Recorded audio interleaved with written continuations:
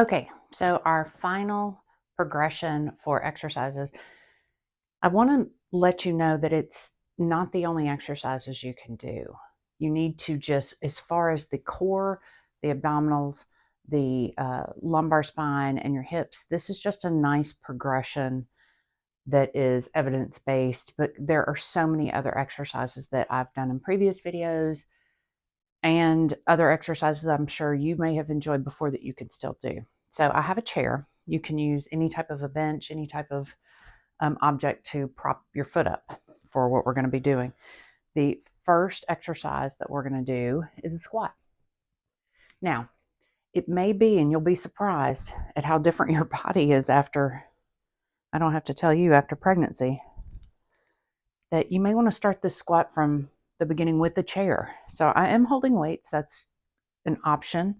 You don't have to. I'm going to sit, come right back up, squeeze the glutes. The focus is on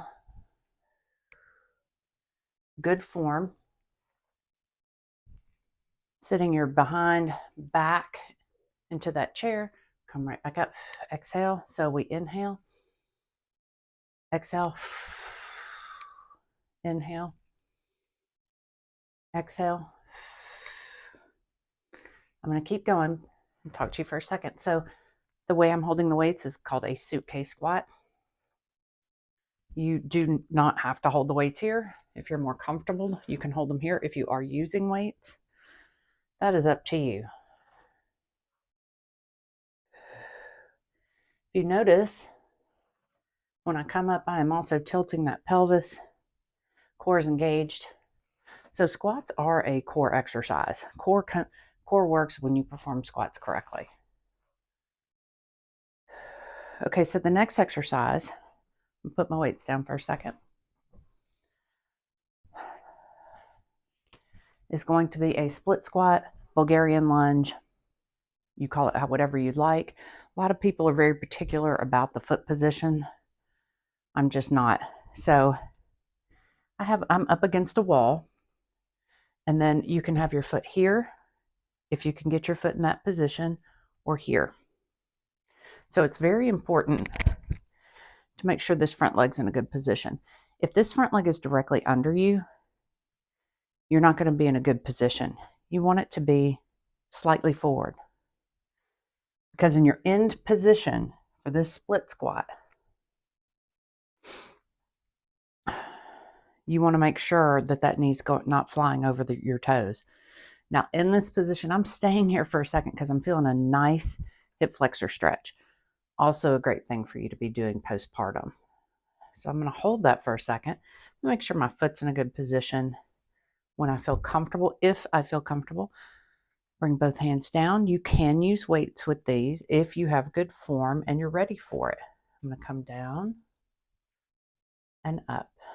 Again, focusing on the breathing. Inhale.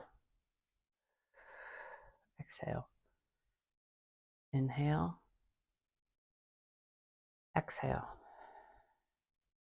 I'm going to switch sides.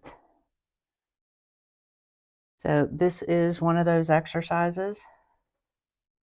I'm going to get a nice stretch in that hip flexor in the front of that back leg. Up tall.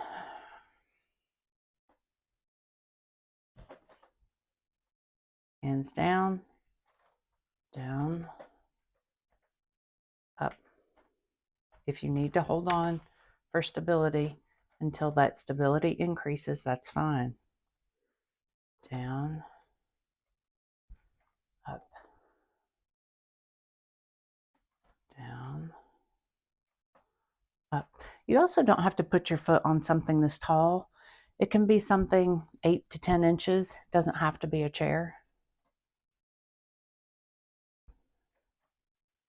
Again, if you can perform 10 repetitions, fantastic.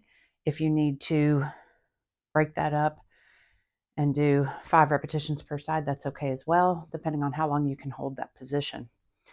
Progress with weights, increase 10 to 12, 12 to 15. Okay, so I'm going to move the chair. And the next exercise we're going to do is going to be a single leg Romanian deadlift and or hip hinge. Hip hinge, Romanian deadlift is very similar. There are multiple names for a lot of different exercises. So I am using weights. And the way I want you to start this is on your toe. So I'm not completely coming up into this position just because most people will not have good form with that. Form is everything with the deadlift. So holding weights, and you can also start this without weights. And if you revisit my instruction on a hip hinge, watch that video, that's going to give you an idea of the main form of the hip hinge. So this is just a progression of that. So the inhale is on the down, back is super straight.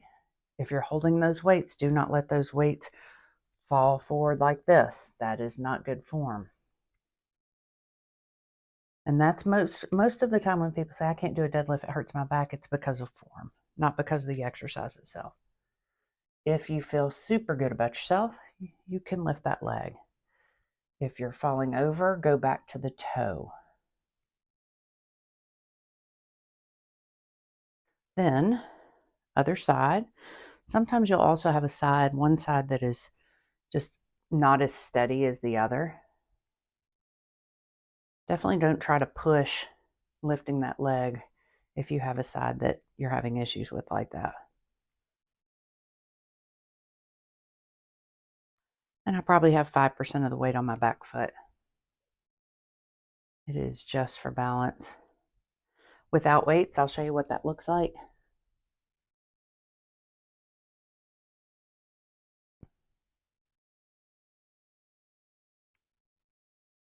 Again, I am so thinking about what this part of my body is doing when I'm performing this exercise.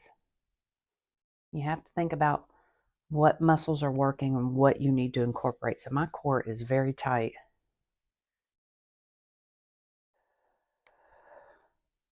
Glutes and hamstrings are really coming in when I come up.